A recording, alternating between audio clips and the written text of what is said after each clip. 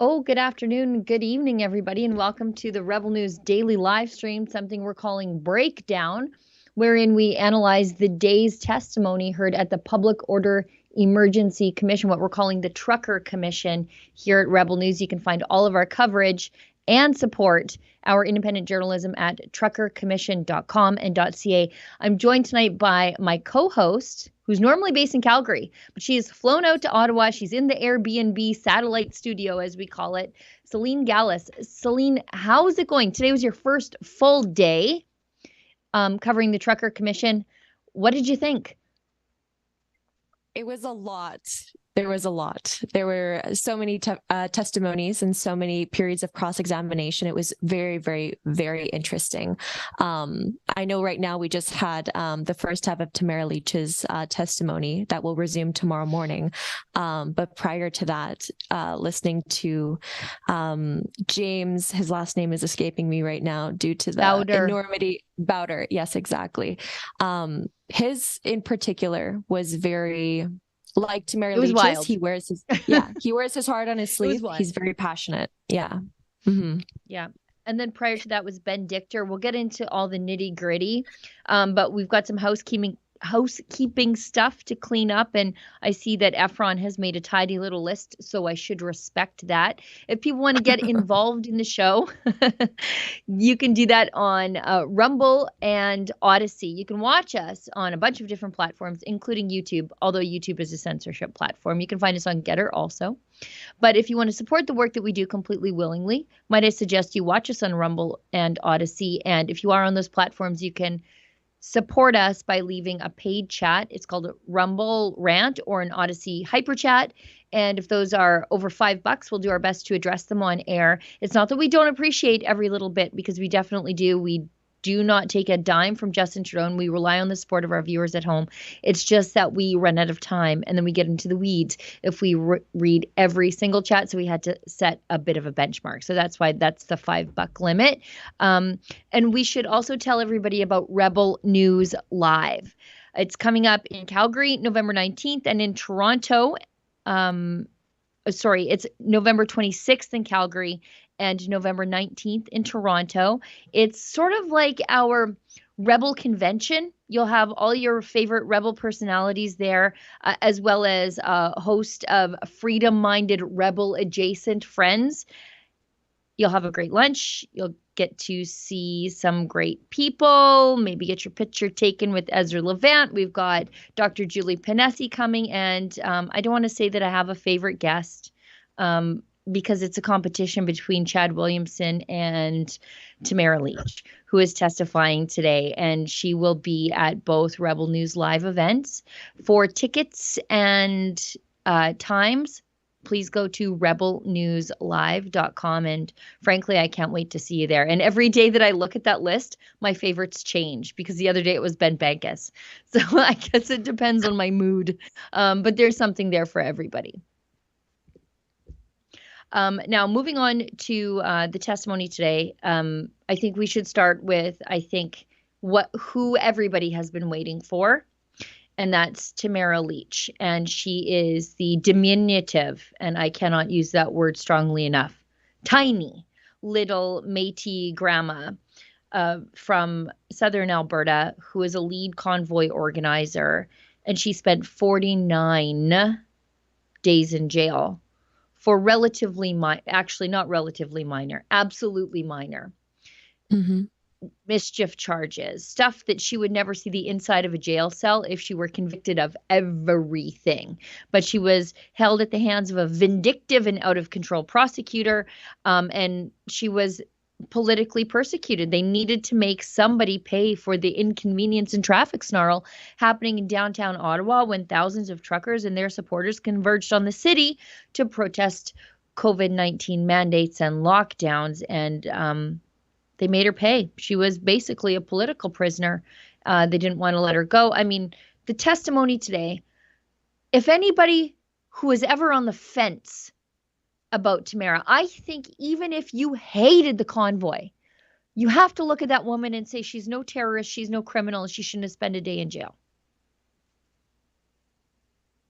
I absolutely agree with that. 100%. It was tough. It was tough because I met her in Ottawa when we were there in the first couple of days before we went back to cover Coots. And that was my impression of her then. And that is my impression of her now more than ever. Her testimony, the beginning of it, I think the media room that I was in covering, live tweeting all day today, it went silent. For maybe the first time today, it was silent. But I hope so. During her testimony. Yeah. So while others were being slandered for their emotional outbursts today in the media room, Tamara Lich was not one of them, because it had me on the edge of my seat, paying attention closer than ever all day today. It was just Tamara Lich's testimony. You know, I've met her a few times. We talk back and forth now and then. And she's thoughtful. She's calm. And, you know, the first time I saw her get emotional, I think it was on a Facebook Live, or she was just calling for peace and for calm. But she doesn't have a vindictive bone in her body. I would be so bitter and so angry and so full of righteous indignation and quite possibly vengeance. But she doesn't have any of that. And, you know, there are a lot of people out there who are saying she's seditious. She's treasonous. She's a terrorist. She's like 4'10". Like, she's just tiny and calm. And in spite of everything that was done to her, she isn't angry. In fact, one of the things that I found very compelling was even when she realized that it would be best if she turned herself in, instead of being like Pastor Archer in a high-profile El Chapo style takedown on the street. One of the reasons that she turned herself in was because she didn't want her family and the people around her to see her taken into custody. You know, and I thought even right at the end, turning herself in, knowing that they're probably going to make an example of her, and she's absolutely right. She thought, I don't want anybody's wife to see this. I don't want anybody's husband to see what they're about to do to me. And she recounted going and looking for the police so that she, and I think that's Chris Barber, went out looking to turn themselves in. They warmed up, and then they got in their car and they went looking for the cops. And I thought, you know, some terrorist, some public enemy number one, that she didn't even want to inconvenience the people around her as she turned herself in for the long haul. Yeah, no, I was just watching that little clip that was put up on the screen. I can't imagine being in her shoes and having to think from a perspective of, how is my family going to deal with this? How is my husband beside me going to deal with this if I'm arrested? If there's a potentiality for him to be arrested, the guilty by association narrative, I would be distraught. So the fact that she could gather her thoughts enough and her emotions to put herself in an even more vulnerable and exposed position by seeking the police that had been brutal towards the convoy at that time is definitely does not sound like a terrorist to me, Sheila. Yeah. Let's throw, I think it's the last clip in the Slack thread put there by Efron, Olivia.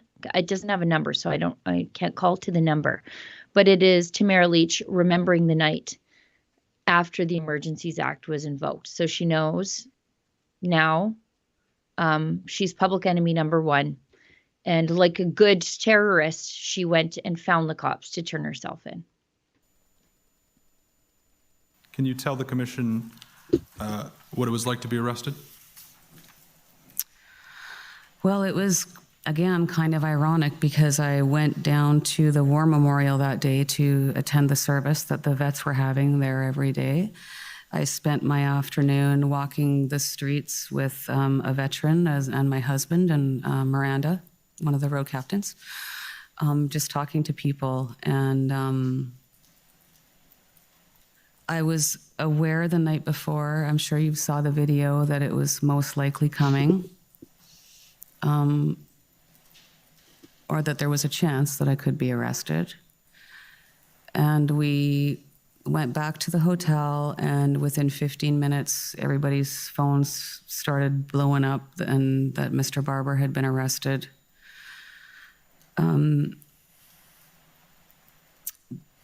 Mr. Bulford and I were at the Swiss Hotel with Mr. Skubik and Mr. Tyson, and we discussed what we should do, what our next step should be. And we were concerned that if they were starting to arrest the organizers, that they would come to the hotel. And my husband was there, and Mr. Bulford's wife was there. And obviously that was the last thing that I would ever want my husband to see, was to me be arrested.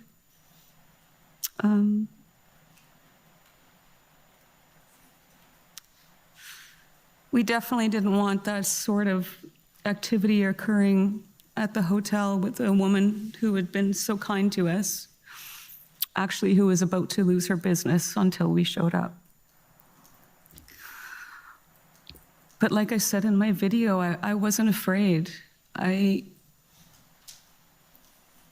believe and still believe that we did an excellent job remaining peaceful, advocating for the police.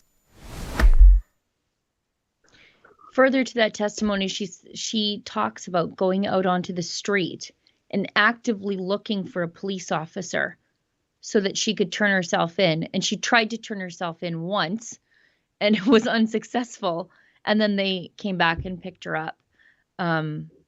Quite a seditionist criminal we all saw there. I hope there's a lot of people who are realizing just how absolutely ridiculous they were every time they said something cruel or unkind about this woman. She had just had enough. In fact, she said, because she used to be involved in the Maverick Party, which is, I don't want to call it a Western separatist party, but a Western independence party, whatever that might look like. And she said that going to Ottawa on the convoy changed her heart about Canada, that she wanted to fight for Canada instead of build up a firewall like people like me in Alberta want to do. She said she's learning French now because she sees this as a unifying thing, even in spite of her arrest and in spite of the fact that she's being called names by our prime minister. She feels herself to be more of a patriot than a Western separatist. It's really hard. It's just very hard to imagine that so many people would have such a false narrative about this woman. And the fact that it's ongoing, like there's, for instance, a great instance, actually, there's been a singular protester outside of where these proceedings are being held. She got there literally seconds before William and I did, actually, and she was there when I left to come back here, and she yelled and screamed and said that everybody who passed her was a terrorist, a sexist, and a misogynist. And when Tamara Lich came out earlier to just take a little breather, I'm sure, just go, she didn't even go and talk to anybody in particular. She just kind of took her space. That woman immediately started screaming in her direction, calling her a terrorist, calling her a racist. It was enough. So you can tell people like that, despite the fact that there's so much effort going into destroying the image of someone like Tamara Lich, like there's no point. There's no point. Why? I don't understand it. It just, if someone is going to say that she's dangerous and that she's a terrorist, and there's people out there that will just yell and scream at the top of their lungs for hours on end. She did not leave once. I think that's a lot worse than anything that I think Tamara could be called. I mean, it's right there. It's right in the open. You know, I suggested to William to go ask that lady what makes her protest valid but not the truckers. The scale, I guess, the support. If she's allowed to protest and scream and yell and speak her mind on a street corner, so is everybody else. Just so happens the truckers are a little bit better at it than that wild-eyed lunatic on too much CBC. You know, there's a reason why there are people who come and abduct cult members out of a cult and take them out of it and isolate them. And I think if that woman were in a cult, and she just might be, she would be one of those people that you would need to abduct out of it, and they would be angry at the abductor for a long time until the deprogramming comes out. She's one of those people because everything she knows, none of it matters because she has this belief system that the truckers are racist, misogynist, sexist, homophobic, whatever. And her cult leader, Justin Trudeau, told her, so it's okay. No, the cognitive dissonance does go so far that it's like individuals that present the same uniting front as her. It's like they're having like it doesn't compute. Like they just literally break down. Yeah. So I went up and I asked her what her definition of a terrorist was. And she just yelled and screamed over me and didn't acknowledge my presence, except for when I was leaving to go and have lunch like a normal person. And that was it. That was about the interaction. It was great. Yeah. I actually have a great deal of pity for that woman, but I'm reliably informed by the busybodies in Ottawa that they don't like disruption on their street. So someone should go and seize that crazy person's bank account. Let's go to clip 2. I think this is Tamara Lich explaining the impetus for her involvement in the convoy because it was deeply personal for her. It wasn't just, I want to tag along with this movement. We heard some of that over the last couple of days. People who just wanted to make a name for themselves. That wasn't her impetus at all. It was very personal, had to do with her family, and she just didn't know what else to do. Yeah. Because I was seeing families torn apart. The suicides in my hometown were so numerous that they stopped reporting them.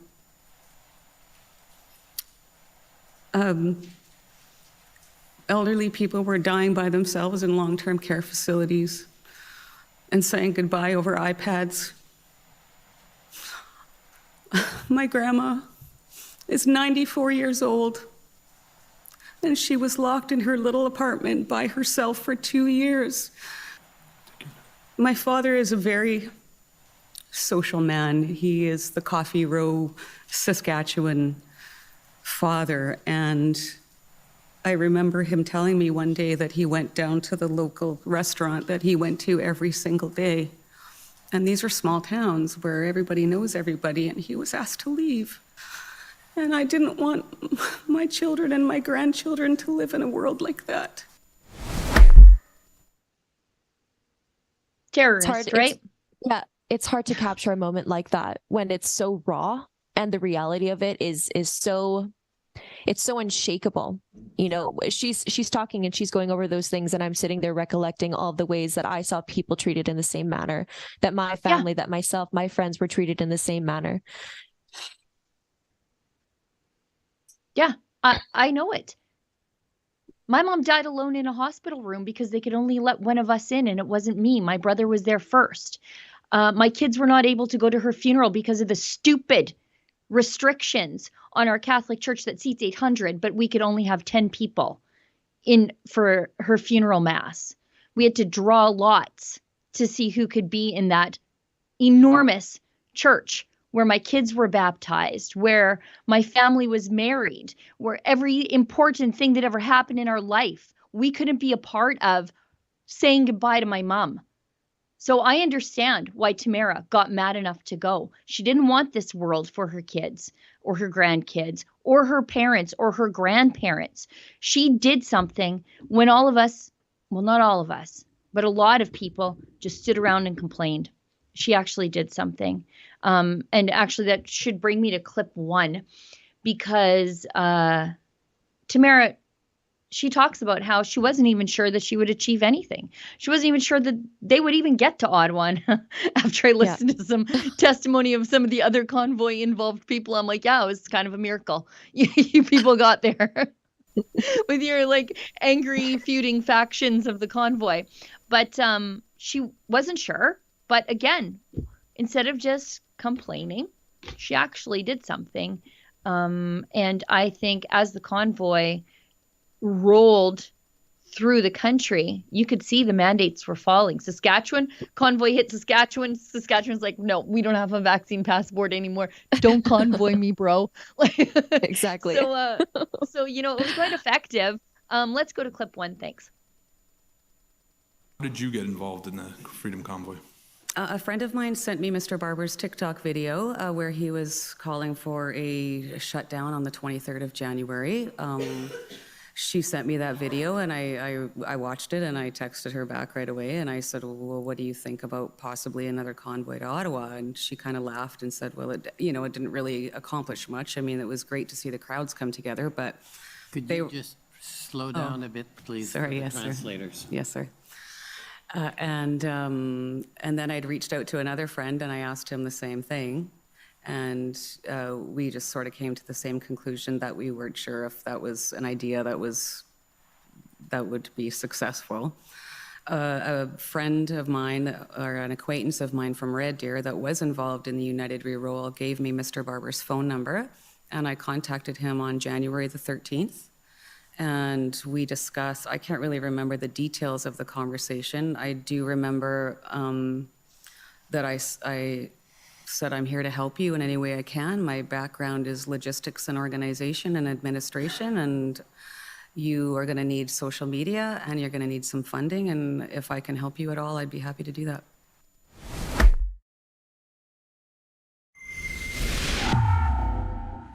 Freedom in 2022 is not sitting idly by while health diktats with no skin in the game make up all the rules. If you're like me and want to play an active role in upholding civil liberties and freedoms for all Canadians, for our children, and eventually our grandchildren, then come out to our Rebel Live event and get to know us in person while hearing from some of the most influential leaders in the freedom movement. We have events in Toronto on November the 19th and in Calgary on Saturday, November 26th. Tickets are on sale now at rebelnewslive.com. Come out, have lunch, get some Rebel swag, meet the Rebels, and more. You don't want to miss this event. Check it out, rebelnewslive.com.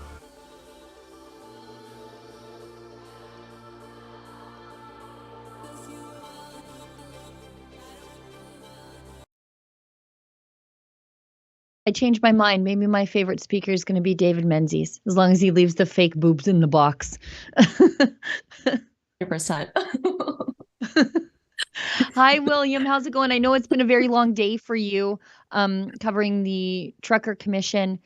What did you think about Tamara Lich's testimony today? I thought it was heartfelt. I thought that the commission lawyer, because that's who she's examined by, she starts cross-examination, I think, tomorrow. What did you think about how the commission lawyer approached her? We saw commission lawyers be pretty testy with the likes of James Bauder, but I think he was very I think he realized you can't push a tiny woman and save face like that. Yeah, no, for sure. Well, first of all, good evening, Sheila. Good evening, Celine. It's nice to see you guys. I still, I just came back from the commission. I still have my accreditation badge on.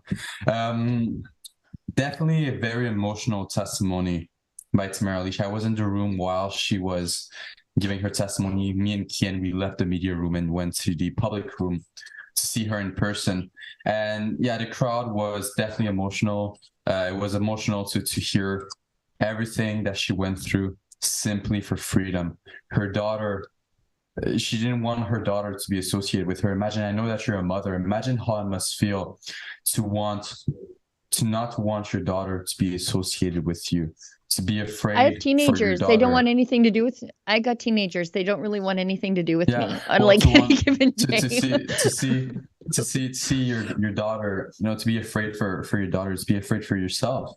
Yeah. Hearing her talk about the way she was arrested in Ottawa by the police, it was such an emotional moment. It must have been really hard for her to give all that recollection. I think that we saw that she started crying in the stands.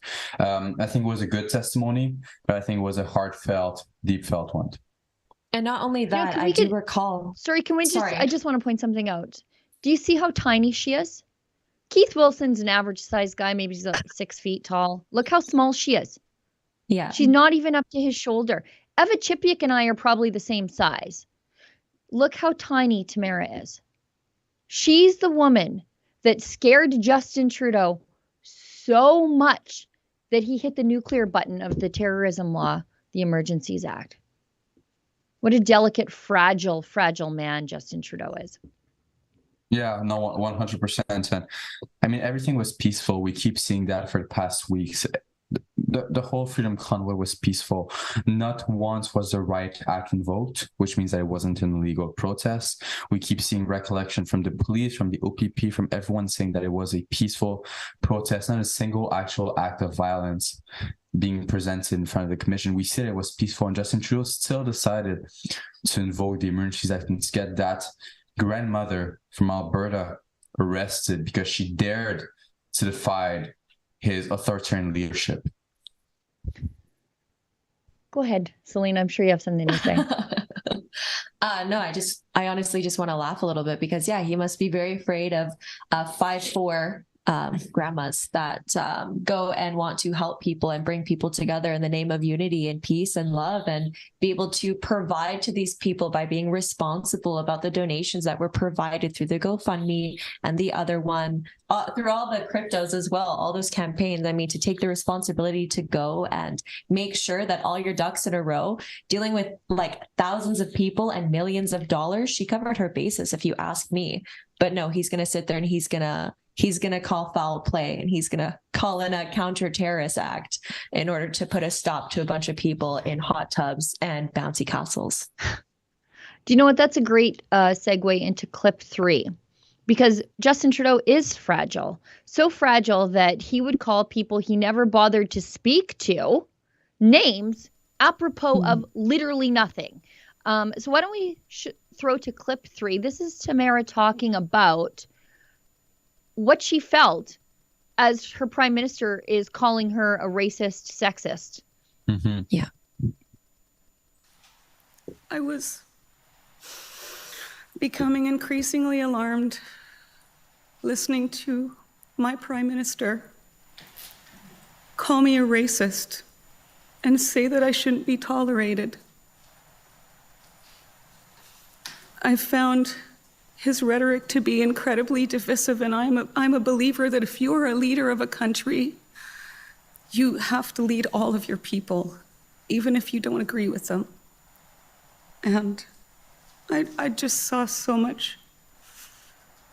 Coming across Canada every day, I heard stories. People, at least 3 people would tell me they were planning their suicides until we started the convoy. Or stories of people that we were too late. I heard from families that were living in their vehicles because they'd lost their jobs. I heard from people that had lost their jobs and lost everything. I have the tears of thousands of Canadians on my shoulder who every day told me that we were bringing them hope. I saw little old ladies praying on their knees on the side of the road, and I saw little children holding signs saying, "Thank you for giving me back my future." You know, I look at her and the way she talks about carrying the weight of all these people on her shoulders reminds me of Jordan Peterson when he gets emotional, when he's talking about helping young men. And he gets emotional because he's just taking on this burden. He knows he has to help people. He doesn't know if he can, but how do you say no? And I think that's sort of the situation that she felt that she was in. You know, every day they got closer to Ottawa, the crowds got bigger. She heard more stories, and she still carries that weight, obviously. I think her coming out of the commission building today will symbolize basically what you're talking about right now and what we've been seeing the past months. There was probably a crowd of 50 people, 50 plus people outside the commission waiting for her, clapping for her as she was coming out, encouraging her, showing her love. And then on the other side of the road, you had this one lady who's always there, yelling at her, yelling at her lawyers, yelling at Chris Barber, yelling at Danny Balfour, saying that they are terrorists, calling them names. I think it reminds me of the convoy You have Justin Trudeau, the one person calling them names, telling them that they're terrorists, telling them that they shouldn't be accepted, they should be dealt with. And then on the other side, you have the whole people who are participating in the Freedom Convoy, showing them love. I think the clip that we just saw was one of the many emotional clips of the night, where Tamara Lich really spoke from her heart and really was honest. And I think that it felt good for her finally being able to talk about all of this, because her bail conditions don't allow her to talk that way. Unfortunately, that's the Canada we're living in right now. Absolutely, 100%. And like, especially for me, the fact that the entire time through this entire commission, the narrative is that they tried so hard to have anybody from the government pay attention and speak with them. And now she finally has the opportunity to have not just them listening, but everybody else as well. And it's impressive to me that she's been able to hold back for so long with bail conditions such as the ones that she has. Mm-hmm. Isn't it fascinating that Justin Trudeau fancies himself to be a male feminist, which is always, I use that phrase interchangeably with future molester. But isn't it funny how he fancies himself to be this supporter of women's rights and strong, powerful women, and every single woman who stands up to him, he smashes back down. He did it to our former AG. He did it to Selena Chavez. Boy, I forget her name. She doesn't like us, but I don't care. I don't take anything personally. You got Knight Oswald from BC. Yes, that's right.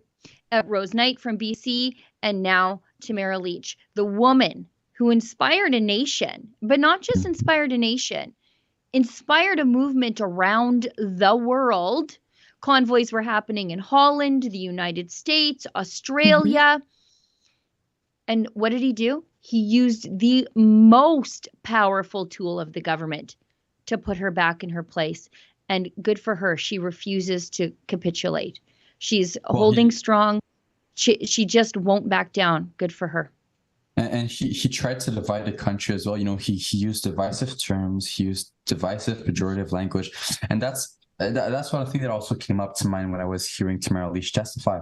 You know, before she would work with an independence party in Alberta, right? She would work with, I believe, the Maverick Party, or maybe the Wexit Maverick, Party. yeah, we talked about it before you were back.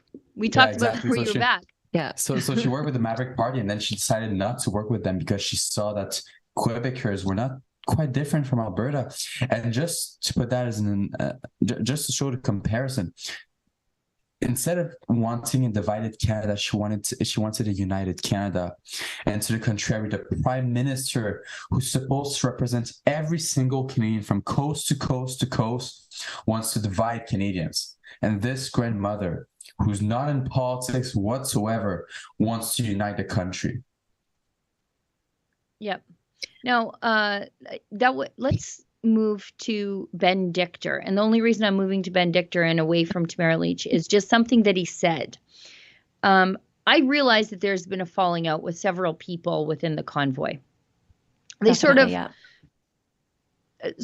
of went into their own corners after first lawyers get involved. And I'm not saying that was a bad thing. They definitely needed legal advice, but they also needed to practice a little bit of political and social hygiene. They needed to get rid of some of the people who just couldn't control their mouths. Pat King. And James Bauder, who wrote that crazy MOU about, I guess, subverting Parliament and having some sort of panel of Canadians. I don't know who would choose them. Maybe James, I don't know, and going around Parliament and dealing with the Senate. So unelected people here, unelected people over there. We're going to call it democracy. I don't know. But anyways, he published that, you know, they wanted to distance themselves away from, I guess, somebody who is advocating for, I'm not saying an overthrow of the government, but just a complete and total rewrite of our constitutional democracy. But anyways, so they were sort of distancing themselves. You see falling out with one of the other early convoy organizers, Bridget Belton. And I think they've completely fallen out with Ben Dichter. I saw yesterday that Keith Wilson, Tamara's lawyer, has said we need an accounting of the crypto. We don't know what happened to it. And Ben's never produced that, at least according to Keith. I don't know. If Ben would talk to us, I'd love to ask him. But even he said that she's not extreme. She's just a practical grandma. So why don't we, I think that's clip 6. Learn about Miss Lich's politics. What was she trying to do? What was she hoping to achieve? What was her interest? You know what? I don't know. It's really interesting because she's really practical, and I wouldn't call her extreme to any side. I would say I don't like the labels. It's the problem.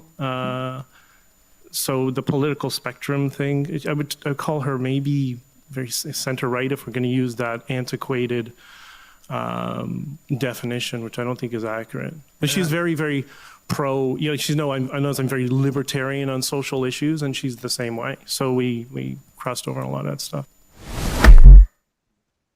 So even in spite of their big falling out, which I don't know why they feel, there's a lot of palace intrigue. And like I said, the more I listen to some of the Convoy factions talk, the more I'm surprised they ever got to Ottawa, although they are less disorganized than the OPS. I'll give them that.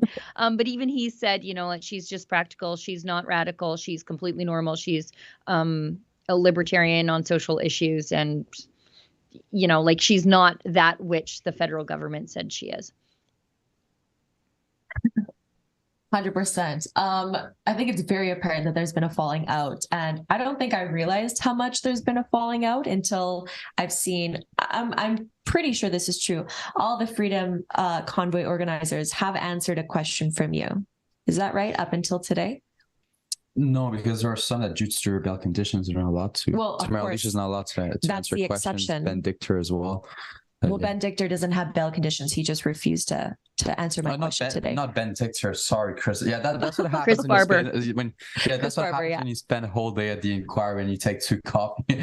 But yeah, Chris Barber is not allowed to because he has bail conditions. But I was able to speak with some of us. But of course, otherwise, I believe that these individuals would definitely answer some question from some independent media, such as us, such as Rebel, and Ben Dictor. That was really interesting to watch. There was such an undertone of sarcasm in his testimony that I could. Hostile. Yes. Yeah. No, and I don't have an account of seeing that from any of the other Freedom Convoy testimonies thus far. Yeah, and I think, I was able to speak with Jim Carvalhos after Ben Dictor's testimony, and I was able to have a quick interview with him, which is, by the way, his lawyer, right? Yeah, so Jim Carvalhos, he's the co-founder with Belinda Carvalhos and the leader of the New Blue Party. He also studied law, I believe, at the University of Ottawa, which is right next to here. And he's a lawyer. So he was the counsel for Ben Dictor during Ben Dictor's testimony, but he wasn't given standing. So he's not allowed to cross-examine the other witnesses. He's not allowed to be present throughout the whole inquiry in the room. But in any regard, I was able to get a quick interview with him, which is going to come out tomorrow. And yeah, honestly, both Tom, Keith, and Ben Dictor, the two sides give 2 different versions of the story.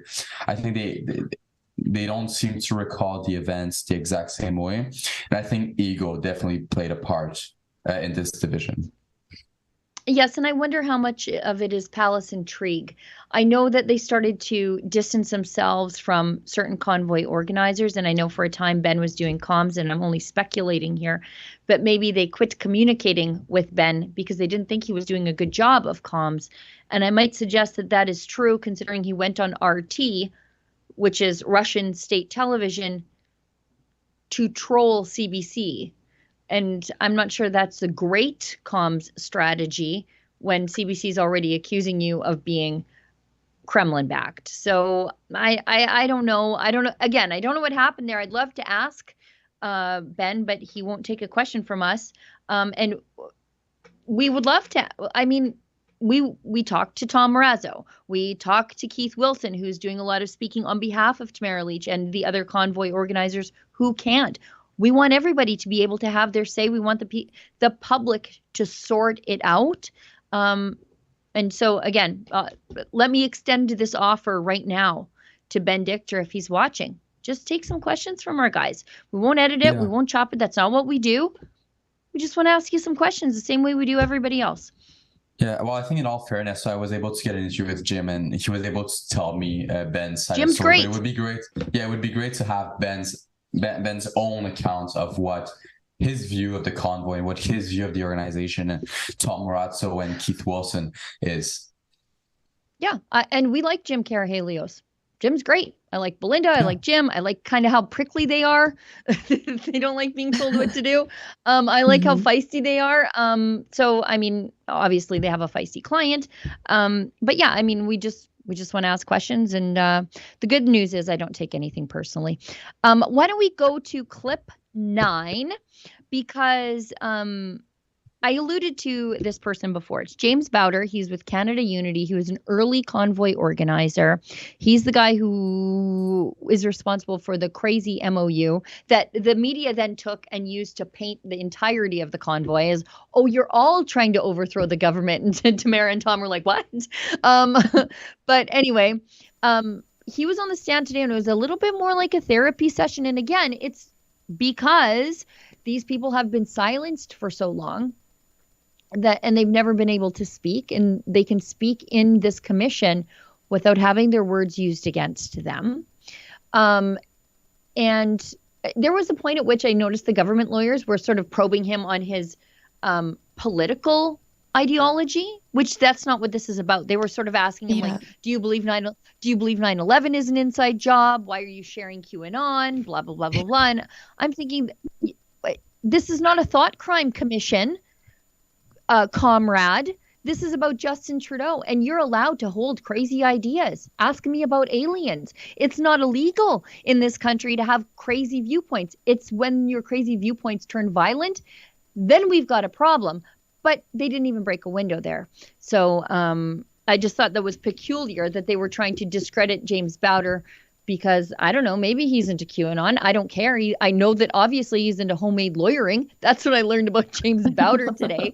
But let's go to clip 9 because regardless, again, deeply emotional, whatever his motivations are, he could not stand idly by while people were discriminated against. And maybe his viewpoint of our constitutional monarchy is a little bit skewed, but again, not illegal, not terrorism. Let's go to clip 9. Let's just stay calm, please. No, I know you're emotional, and that's understandable. But if you could try and just keep it down. No, I don't apologize. No, don't have to apologize. I will. Calm down. Just this is emotional when we see our government completely violating all the laws.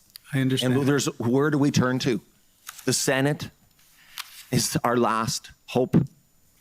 And that's what's in their paychecks and their job descriptions.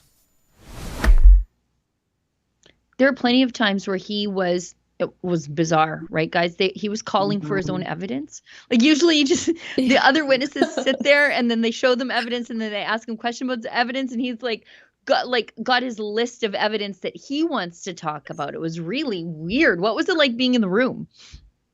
Yeah, well, I think as you stated earlier, having different political beliefs is not a reason to invoke the Emergencies Act. And we're here, the name of the inquiry is the Emergencies Act inquiry. We're here to figure out whether or not the use of the Emergencies Act was justified and hence necessary. And someone's political belief, whether or not someone believes in 9/11, whether or not someone believes in ghosts or wearing shoes, as a matter of fact, it has nothing to do with the commission. The commission is to figure out. So Paul Champ asking him questions about his political beliefs, I think to a certain degree, he was trying to paint him as someone who is not trustworthy. He was trying to do character assassination. And I think that was his goal, because otherwise, why on earth would you ask someone whether or not he believes in 9/11 when your goal is to figure out whether or not the protest was peaceful? 100% agreed. He literally said yes to going back and doing another period of examination just to tear James Bauder apart some more. I was like, who gave the okay? Well, I know the commissioner gave the okay, but it goes without saying. I thought it was quite apparent what was happening. It's Paul Chang. Yeah. There you go. Didn't you have a run-in with him the first couple days? Yeah. Yeah, Paul Champ of tax the rich sticker on his laptop. I'm like, God, you're Ottawa lawyer, you're the rich. Like you're the guy. Like you're the guy. You're fighting, but you're in court or the commission cross-examining blue-collar people. You want blue-collar people to pay for all of this when they rose up against the rich elites. Isn't that weird? Yeah, like the James Bauder's testimony, I mean, he's wrong. Sincere, passionate, wrong. Like wrong about how Canada works. But again, being wrong is not a crime. Being a little bit out there is not a crime. Liking cryptids, not a crime. Throw me in jail. But I mean, he was. It was really weird though, because the judge, to his credit, I thought, was very patient with him. Let him go off on his little tangents. Let him call for his own evidence, which was weird. And was very patient with him when he got emotional, because he did get emotional a few times. Like when he tried to take credit for convoys across the world and he said thank you or something. It was strange, but I got to give credit to Justice Rouleau, and I was not convinced that he would be fair and even-handed, but he is really respectful of how sincere these people are. Yeah, I think Judge Rouleau is a fair judge. I think we've seen that throughout the commission. In the beginning, some people did have doubts about him because he's someone who had, in a certain way, ties with the Liberal Party. We saw that come up even throughout the commission. But I think, once again, as I mentioned when we're talking about Peter Stoley, your political beliefs and your personal beliefs don't necessarily impact the way you do your job. And I think we're seeing that with Judge Rouleau. I think he's able to be extremely fair. He's able to be extremely impartial, and I'm honestly extremely glad to see that happening. I have nothing to add. I agree with exactly what you just said regarding Rouleau. Yeah, I think it's tough to deal with people that are like really deep into their emotions. And to be honest, from my perspective, I think that when Bauder was thanking them, or taking credit, so to speak, for, the inspiration that we saw across the world, I think it also just points to the enormity of the burden that some of these organizers felt that rested on their shoulders. Yeah, rightly or wrongly. Yeah, sometimes exactly. They took credit for things that they didn't do. Let's go back to Ben Dichter for a second, because he's not charged with anything, though he was, I don't know if he was an organizer, but he was part of the communications team of the convoy and not just a protester. He had sort of an official capacity, as anybody can have an official capacity in a completely organic movement where just people came together. And then now I guess they've all come apart again. But he wanted to stay, it sounded like. So which I found odd, because the people who were obviously negotiating an end to the occupation, and there's a paper trail to reflect that, those are the ones that got charged with mischief, which is weird. But Ben Dichter didn't get charged with anything.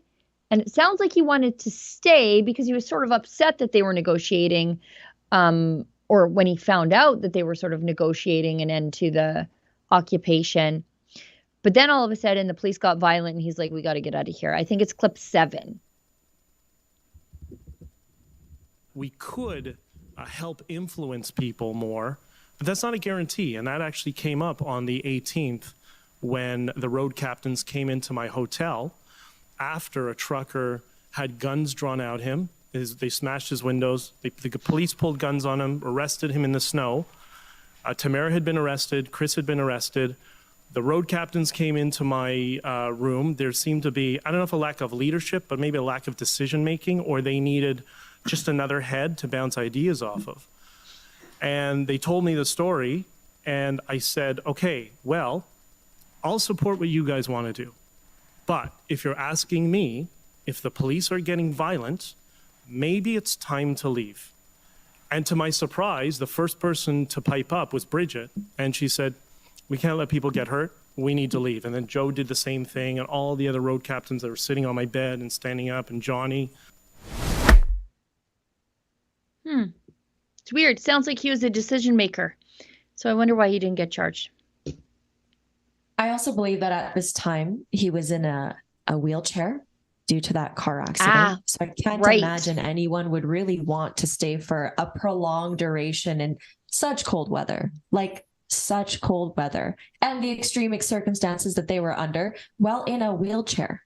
I'm confused to Right. how that responsibility fell on his shoulders. Yeah, no, I think there's a lot of confusion throughout. I agree with what Celine said.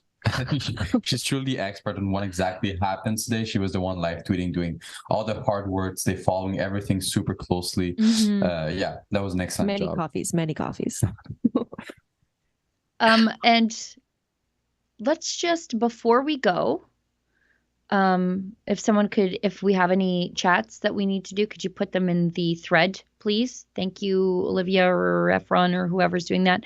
Let's just go to the one last thing, because there's a lot of talk about, well, what happened to the money? And they were not able to disperse it. And Tamara addresses that in, I don't know what clip it is, but I'm sure you can find it, Olivia. In that same report, I won't turn it up, but it indicates that most of the $1 million was frozen and you weren't able to withdraw it from the account. Is that correct? That's correct. Do you recall how much you were able to withdraw? I believe it was $26,000. So $10,000 of that, if you would like me to break it down for you. You're anticipating my question, so yes, please go ahead. $10,000 of that was wired to a bulk fuel supplier. $3,000 was e-transferred to another fuel provider. Chris and I had gone down, Mr. Barber and I had gone down to the TD, and we withdrew $3,000 in cash from one account and $10,000 in cash from, one branch, and then went to the next branch. And then, and I remember being very nervous about it because I was very conscious that we needed receipts when we needed to be accountable. And they were the road captains that went out and bought whatever supplies, fuel. I believe some of that went to fuel. And when they brought the receipts back, there was actually extra money in the kitty. So. All along, people accuse her of taking off with the money. No, the only person who tried to take off with the money, by the way, was Doug Ford, when he got an injunction to try to seize all their crowdfunding. He tried to enrich himself through this, but she's very careful. She realized that there would be extreme scrutiny on her with the handling of the money. And I forget who testified earlier this week that they did have an accountant who was brought in to help them, but they never really got any access to the money. So. As Paul Champ would ask, is the accountant Jew? That's what he asked. What a weirdo. such a non-racist person, right? No, I think the Convoy we can see that it is extremely. They're super meticulous. Is that the word? I'm tired. Is that the word meticulous? Meticulous. Yes. Meticulous, right? Yeah. They were more organized than the OPS, in my opinion. And I think Tamara, seeing her testimony about the money and about the accountability that she had, shows how much of the convoy actually relied on her shoulder and how much of the pressure she felt. Yeah. She must have felt every day. Yeah, and even though she didn't proclaim herself as the leader, people did paint her as such. And so that's really important that despite how she thought about herself, she did go out of her way to address their concerns and be responsible on behalf of how much money was actually donated. Yeah, just a quick side note. She had to prove she was Métis to those psychotic people on the internet. They said she was just, I forget what they call it, pretendian or whatever, that she was just faking it so that she would have, this cloak of invisibility because of social justice. And she had to literally produce her heritage to stop the allegations that she didn't look native enough or indigenous enough. And so she couldn't possibly be Métis. Just disgusting. I thought you could self-identify as anything you wanted these days, by the way, anyway. But yeah, no, she literally proved it.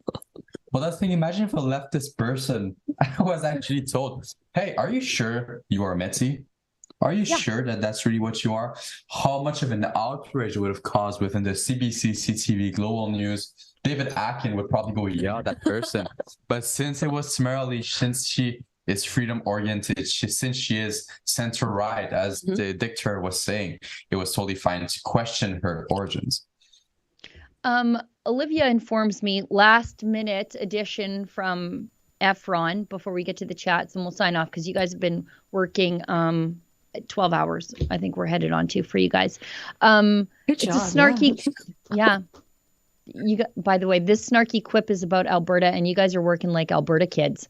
So good for you guys, William. Welcome to Western work ethic. The great province of Alberta. Join us. No, we're being. What's the word? I keep forgetting my words because I'm so tired. Didn't you say you're being overtaken by Alberta? Yeah, we're being colonized. Overtaken by Alberta. We're being colonized. Now you're gonna have Sheila, who's gonna come at the Airbnb. We have Celine. We've got Kian. We're being colonized by Alberta at the moment. You'll never know when I come. I'm just going to pop in like I do to my son's house to make sure everything's clean and tidy. I'll just show up one day. Let's take a look at anyways, we've got a snarky clip about Alberta from Commissioner Rollo. Oh, yeah. Our friends from the Ottawa Police Service who had raised the issue and with some of your commission counsel. Yeah, I think lawyers have to be aware of the rule. It's basically the same rule as applies to in courts, and you can't speak about the cross-examination on the evidence. You can prepare, but that's a different matter. And the line, obviously, we rely on lawyers to respect that, obviously. I'm sure it's the same in Alberta. Kind of. Yes, sir, it is. Oh, We're all one country. thanks, Rouleau, for that. Yeah, thank you. We are all one country. Thanks For for the now. reminder. You guys aren't separated yet. I think he needs to watch Ungovernable. I think made by Rebels, Keen Simone. Yeah, I think that'd be a good start.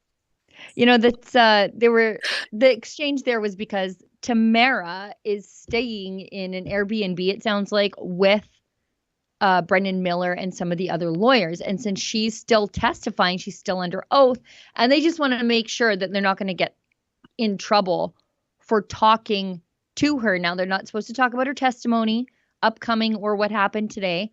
But they just wanted to make sure because people call and tattle on Tamara all the time for everything. She said she was outside and somebody called the cops because she was having a smoke.